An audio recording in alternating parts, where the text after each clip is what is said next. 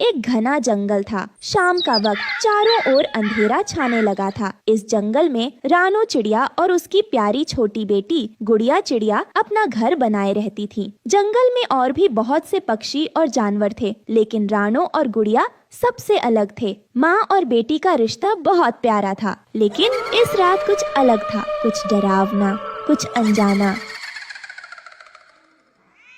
गुड़िया बेटा, अब रात होने वाली है, चल घोंसले में आकर सो जा। माँ, आज ना मैं ऊपर वाले पेड़ पर जाकर तारों को देखना चाहती हूँ। वो कैसे चमकते हैं, मुझे बहुत अच्छा लगता है। ठीक है, लेकिन ज्यादा दूर मत जाना। ये जंगल रात को बहुत डरावना हो जाता है और सुना है कि एक भूतिया कौवा भी यहाँ कहीं रहता है। भूतिया कौवा? माँ, वो कैसा होता है? वो बहुत बड़ा काला कौवा है। उसकी आंखें चमकती हैं और उसकी आवाज इतनी भयानक है कि सुनते ही कोई भी डर के मारे भाग जाए। माँ, मुझे नहीं लगता कि कोई ऐसा कौवा होगा। आप मुझे डराने की कोशिश कर रही हैं, है ना? नहीं बेटा, मैं बस तेरी सुरक्षा के लिए कह रही हूँ। इस जंगल में कई अनजाने खतरे हैं। चल अब अंदर आ जा। ठीक है माँ, लेकिन एक दिन मैं उस भूतिया कौवे से मिलना चाहती हूँ।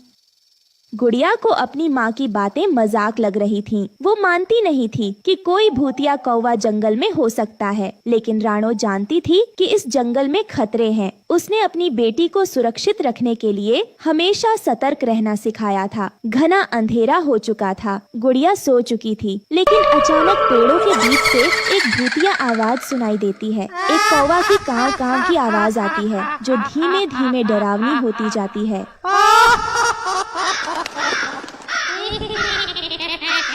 कौन है जो इस जंगल में चैन से सोता है?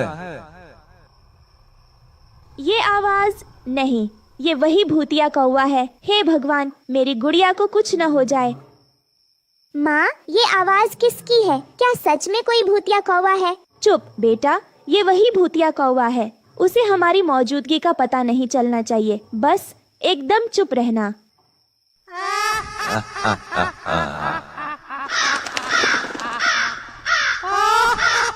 मुझे मालूम है कि तुम यहीं कहीं हो छोटी चिड़िया। मैं तुम्हें ढूंढ लूंगा।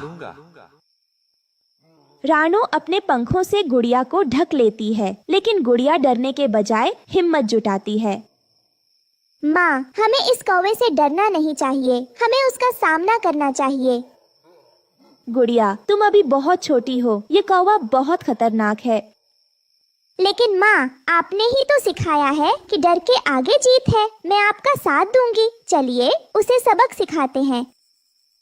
ठीक है बेटी, अगर तुझे इतनी हिम्मत है तो हम दोनों साथ में इस कौवे को हराएंगे, लेकिन ध्यान से रहना। रानो और गुड़िया दोनों घोंसले से बाहर निकलते हैं। भूतिया कौवा उन्हें देखकर ठाका मारता है। तो तुम दोनों मुझसे लड़ना चाहती हो? छोटी चिड़िया, तुम मेरा कुछ नहीं बिगाड़ सकती।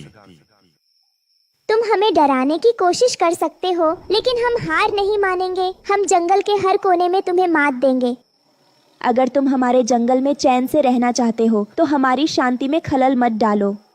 तुम दोनों को अपने साहस का खामियाजा भुगतना पड़ेगा।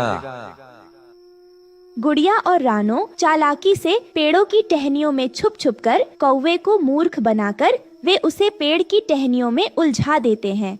अरे क्या हो रहा है? मैं यहाँ फंस गया। तुम दोनों क्या कर रही हो? बस तुम्हें सबक सिखा रहे हैं कि कभी किसी को डराना नहीं चाहिए। अब तुम कभी किसी को परेशान करने की हिम्मत नहीं करोगे, है ना? ठीक है, मैं हार मानता हूँ। तुमने साबित कर दिया कि डर के सामने हिम्मत ही काम आती है। मैं यहाँ से हमेशा के लिए जा रहा हूँ। और इस तरह रानो और गुड़िया ने अपनी बहादुरी और सूझबूझ से उस भूतिया कौवे को हरा दिया। अब जंगल फिर से शांत था और रानो और गुड़िया चैन की नींद सोने चले गए। अगली सुबह होती है। रात के अंधेरे और भूतिया कौवे के जाने के बाद जंगल में सुबह की शांति लौट आई थी। राणो और गुड़िया ने जो साहस दिखाया था उसकी चर्चा जंगल में हर जगह हो रही थी। गुड़िया धीरे धीरे अपनी आंखें खोलती है। वो देखती है कि आसपास कई दूसरे पक्षी इकट्ठा हैं और उनकी ओर मुस्कुराकर देख रहे हैं। माँ, ये सब यहाँ क्यों खड़े हैं? गुड़िया, ये सब तुम्हारी बहादुरी की कहानी सुन चुके हैं। तुमने पूरे जंगल को एक बड़े खतरे से बचाया है। सब तुम्हें धन्यवाद कहने आए हैं। जंगल के दूसरे पक्षी जैसे तोता, बुलबुल, लाडो टुनटुनी, राणो और गुड़िया के पास आते हैं। गुड़िया, तुमने जो किया वो वाकई अद्भुत था। उस भूतिया कौवे को इस जंगल से भगा देना कोई आसान काम नहीं था। हाँ, हम सब तो उसके डर से सहम कर रहते थे, पर तुमने हमें सिखाया कि डर का सामना कैसे किया जाए। अब तो ये जंगल और भी ज्यादा सुरक्षित लगता है। तुम दोनों माँ बेटी ने जो बहादुरी दिखाई है उसकी मिसाल हमें हमेशा याद रहेगी। हम सबकी तरफ से तुम्हें बहुत बहुत धन्यवाद गुड़िया और रानो। हम हमेशा तुम्हारे साथ हैं। धन्यवाद दोस्तों, मुझे भी बहुत अच्छा लगा कि मैं आप सबकी मदद कर पाई। माँ ने सिखाया है कि अगर हम सब साथ रहें तो डरने की जरूरत नहीं होती। सही कहा गुड़िया, मिलकर हम किसी भी कठिनाई का सामना कर सकते हैं।